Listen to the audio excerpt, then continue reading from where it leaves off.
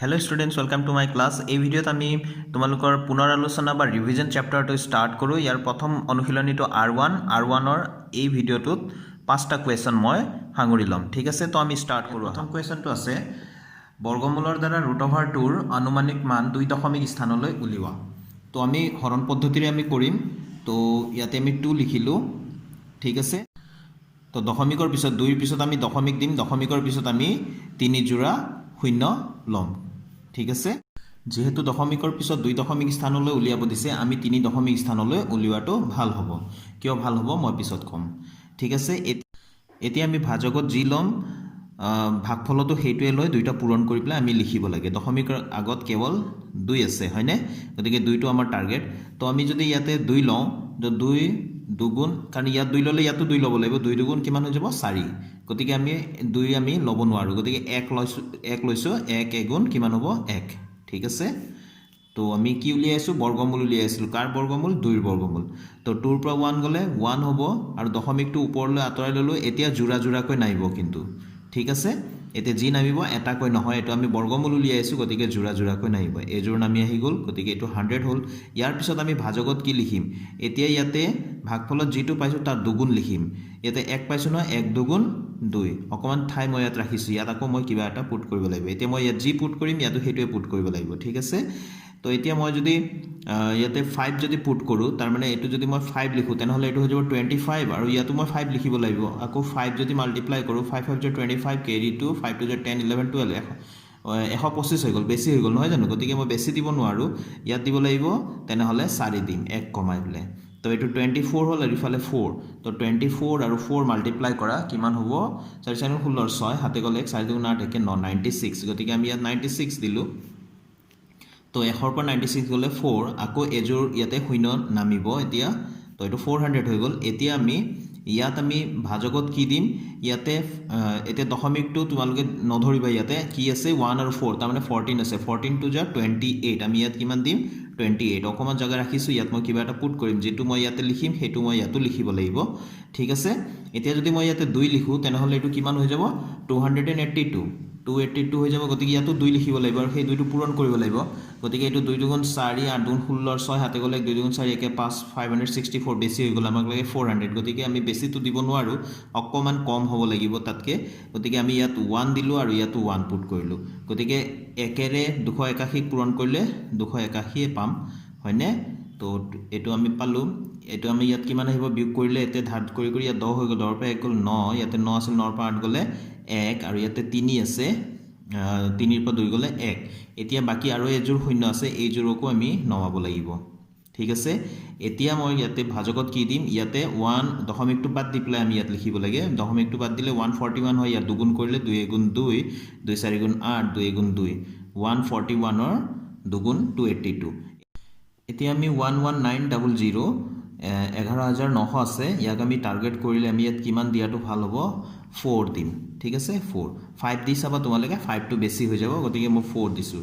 তো ইয়াতে 4 দি এতিয়া পূৰণ কৰিম। 4 4 16, 6 হাতে গ'ল 1, 4 দুগুণ 8, 1 9, তাৰপিছত 4 8 গুণ 32, 2 হাতে গ'লে 3, 4 দুগুণ 8, আৰু 3 11।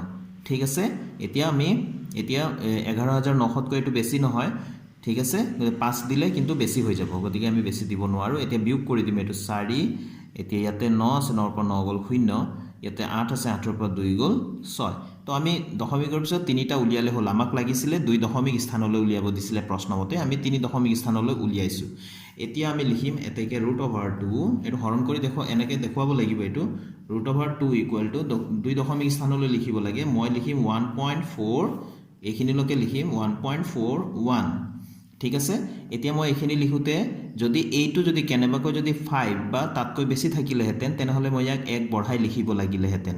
ঠিক আছে, মই কিমান লিখিলোঁ হয়? তেতিয়াহ'লে 1.42 বুলি লিখিলোঁহেঁতেন। ঠিক আছে, মনত থাকিব এই সংখ্যাটো, এই অংকটো যদি 5 বা তাতকৈ যদি বেছি থাকে, তেনেহ'লে আমি যোনখিনিলৈকে লিখিম সেই অংকটো আমি কি লিখিব লাগিব? 1 বঢ়াই লিখিব লাগিব। যিহেতু 4 আছে, 5তকৈ সৰু, গতিকে 1 নবঢ়ালে হ'ব, 1.41 লিখিম। এইটো আনুমানিক মানহে, যিহেতু হৰণটো শেষ হোৱা নাই, গতিকে এইটোক আমি লিখিম প্ৰায়। ঠিক আছে নিশ্চয় বুজি পাইছে ষ্টুডেণ্টছ নেক্সট কুৱেশ্যনটো আছে দুটা অপৰিমেয় সংখ্যা লিখা যাৰ যোগফল পৰিমেয় আৰু পূৰণফল অপৰিমেয় পূৰণফলো পৰিমেয় তো ইয়াৰ নিৰ্দিষ্ট কোনো আনসাৰ নাই বিভিন্নজনে বিভিন্ন ধৰণে লিখিব পাৰে তো মই লিখি দিম দুটা অপৰিমেয় সংখ্যা লিখিব লাগে দুটা অপৰিমেয় সংখ্যা লিখিছো 2 আৰু √2 আৰু √ৰ ভিতৰত যদি 2 থাকে এটো অপৰিমেয় সংখ্যা হয় মানে বৰ্গমূলৰ ভিতৰত যদি যিকোনো সংখ্যা যিবিলাক পূৰ্ণবৰ্গ সংখ্যা নহয় সেইবিলাক যদি বৰ্গমূলৰ ভিতৰত সোমাই থাকে সেই গুটেইটো কি হ'ব অপৰিমেয় সংখ্যা তো এটা √2 ললো আৰু এটা -√2 ললো এইবিলাক অপৰিমেয় সংখ্যা √3 √5 √6 এইবিলাক অপৰিমেয় সংখ্যা কিন্তু √4 √9 এইবিলাক অপৰিমেয় সংখ্যা নহয় ঠিক আছে এই বিষয়ে আমি পিছত আকৌ বিশদভাৱে আলোচনা কৰিম তো এতিয়া জানিলোৱা যে √2 অপৰিমেয় সংখ্যা হয় এটো ধনাত্মক অপৰিমেয় সংখ্যা আৰু -√2 এটা অপৰিমেয় সংখ্যা যেটো ঋণাত্মক এতিয়া আমি দেখাই দিব লাগে যে ইহঁতৰ যোগফলটো পৰিমেয় হয় আৰু পূৰণফলটো পৰিমেয় হয় এতিয়া মই লিখি দিলো যোগফল অৰ্থাৎ আমি দুটা অপৰিমেয় সংখ্যা ললো √2 প্লাস এটা -√2 যোগফল আমি কৰিম যোগ কৰিলে কি হ'ব √2 এটো প্লাস মাইনাস ব্ৰেকেট খুলি দিয়াৰ লগে লগে এটো √2 তো একে সংখ্যাবিলাক মাইনাস হলে কি হয় আমি কি পাও 0 পাও √2 -√2 যেনেকৈ 2 বিয়োগ 2 শূন্য হয় √2 -√2 ইজ অলসো 0 হল এটো 0 টো এটা কি হয় 0 টো সদায় পৰিমেয় সংখ্যা হয় তো যেটো নেকি যোগফলটো আমি পৰিমেয় পালো ঠিক পূৰণফলটো আমি চাও √2 ইনটু -√2 তো প্লাস মাইনাস এটো প্লাসৰ সংখ্যা এটো মাইনাসৰ সংখ্যা আমি √2 স্কয়াৰ হল স্কয়াৰ থাকিলে √2 ক্যান্সেল হয় ঠিক আছে কিয় ক্যান্সেল হয় কাৰণ ইয়াৰ মানটো হৈ গল হাফ মই ইয়াতে কৰি দেখাই দি আছো 2 √ৰ মানটো সদায় পাৱাৰত হাফ হয় আৰু পাৱাৰ এটা আগৰ পৰা 2 আছে গতিকে পাৱাৰ বিলা সদায় পূৰণ হয় এই 2 টো ক্যান্সেল হয় 2 টু দি পাৱাৰ 1 মানে 2 ঠিক আছে সেই কাৰণে আমি ডাইৰেক্ট মনত ৰাখিলে হল যে স্কয়াৰ থাকিলে √টো ক্যান্সেল হয় তো আমি কিমান পাম এটো 2 পালো এই স্কয়াৰটো কি হৈ গল √2 ক্যান্সেল কৰি দিলে থাকি গল 2 -2 এটা কি হয় পৰিমেয় সংখ্যা নিশ্চয় বুজি পাইছা অতি সহজ হয় না ইন্টাৰেস্টিং আৰু সহজ গতিকে আমাৰ আনসাৰটো কি √2 আৰু -√2 আমি কৰি দেখাই দিব লাগে যোগফল আৰু পূৰণফল যাতে আমি পৰিমেয় সংখ্যা উলিয়াই দেখাই দিব পাৰো এতিয়া 3 নম্বৰ কোৱেশ্চনটো আছে সংখ্যা ৰেখাৰ সহায়ত -5 আৰু 5 ৰ মধ্যৱৰ্তী অখণ্ড সংখ্যাবোৰ লিখা এসোৱা সংখ্যা ৰেখাটো আঁকি দিলো আৰু মাজত শূন্যৰ বাওঁফালে সদায় ঋণাত্মক সংখ্যাবিলাক আৰু সোঁফালে সদায় ধনাত্মক সংখ্যাবিলাক নিশ্চয় তোমালোকে এটো জানা তো শূন্যৰ পৰা -1 -2 -3 -4 -5 এফালে লিখিলো ইকুৱেল ডিসটেন্সত গুটেইবিলাক আৰু এফালে ইকুৱেল ডিসটেন্সত 1 2 3 4 5 দিছো আমাক লিখিব লাগে -5 আৰু এটো ধনাত্মক 5 প্লাস 5 ৰ মাজৰ অখণ্ড সংখ্যাবিলাক তো কি পালো -4 -3 -2 -1 0 1 2 3 4 নহয় জানো তো মই ইয়াত লিখি দিলো এতেকে -5 আৰু 5 ৰ মাজৰ অখণ্ড সংখ্যাবোৰ হল -4 -3 -2 -1 1 2 3 4 একেটা এতিয়া ষ্টুডেন্টস 4 নম্বৰ কোৱেশ্চনটো লৈছো ইয়াত দি আছে সূচক বিধি a to the power m হৰণ a to the power n equals a to the power m - 1 to m n লৈ প্ৰমাণ কৰা যে a টু দি পাৱাৰ 0 1 তো আমি a টু দি পাৱাৰ 0 1 আমি দেখুৱাব লাগে প্ৰথমতে আমি এটো লিখিলো a to the power m হৰণ a to the power n এটো আমাক দিয়া আছে a to the power m - 1 n এখিনি দিয়া আছে তো হৰণ মানে আমি কি লিখিব পাৰো এটো আগৰটো আমি লবত লিখিব পাৰো a to the power m আৰু তলত লিখিব পাৰো a to the power n ইয়াতে a to the power m - n এখিনি লিখিলো ঠিক আছে এতিয়া আমাক কৈছে যে m n লব দিছে m সমান n লব দিছে গতিকে m ৰ ঠাইত আমি n লিখিব পাৰো এতিয়া a to the power n লিখিলো কাৰণ m n বুলি দিয়া আছে তো তলটো আমি যি আছে হে লিখিম তো ইয়াতো আমি m ৰ ঠাইত কি লিখিম n ঠিক আছে ইয়াত লিখিম যি হেতু m n এটো দিয়া আছে আমি এনেকৈ লিখি দিলো ঠিক আছে এতিয়া একে সংখ্যা যদি হৰ আৰু লবত থাকে তেনেহলে আমি কটাকটি কৰি দিব পাৰো নহয় জানো যেনে 4 আৰু 4 যদি থাকে তেনেহলে 4 গুণ 4 এবাৰ যায় গতিকে একে সংখ্যাৰে একে সংখ্যা হৰণ কৰিলে এবাৰ পাও আমি ঠিক আছে তো এইফালে আমাৰ কি হৈ গল 1 হৈ গল আৰু এইফালে a টু দি পাৱাৰ কিমান হৈ গল